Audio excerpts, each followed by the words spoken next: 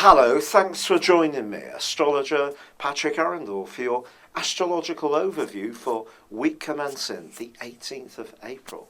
A week which begins with the sun in the sign of Aries, but just for one day. Because by Tuesday, he's made his way into Taurus for the first time in 11 months. Taurus is the second sign of the zodiac. It's earth and it's also fixed. So it's about stability.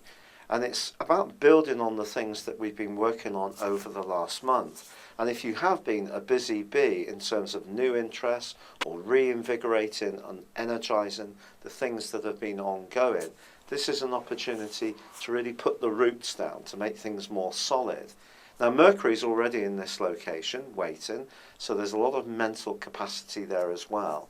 So if you need to think about your financial situation, making things much more stable, this is certainly going to be an interesting 4 weeks. Now, Mercury is also forging a fine link with Pluto. When these two forge what is known as a trine, it enables us to really understand and get beneath the surface of situations. Pluto can be about secrets. It can also be about power.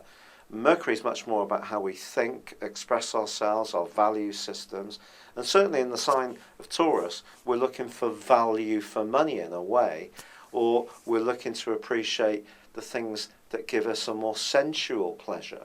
And the link with Pluto asks us to really understand, because it's in an earth sign too, in Capricorn, what's the value of the things that we're doing and thinking about in our lives. And that's going to be a critical part of the first phase of this week. But back in the sign of Aries, while Uranus, unpredictable as he is, continues to be active and is joined this week by Venus. Now, Venus and Uranus, when they get together, can create some spontaneous combustion and some sparks, but also some very positive energy. And if you need to do something different off the cuff, or make some space from someone who's a bit clingy and too possessive or controlling, or you find yourself drawn towards someone who's rather magnetic, it wouldn't be a surprise. But they probably will have a lot of electric, fiery energy, which is really quite attractive. If there is someone that you really like and it feels right in terms of your joint values, then you may find yourself having a lot more courage to make the first move. But Mars began a retrograde at the end of last week, one which is going to go on in the sign of Sagittarius through to the 27th of May. But it's forging a square with Neptune right throughout the rest of this month. As I explained last week, when these two clash in this kind of way, it can create a lot of unreality, and that's putting it kindly. Distortion is another adjective, or perhaps downright deceit is another. So do proceed very carefully, especially if someone's telling you about a get-rich scheme that sounds rather fanciful. It probably is.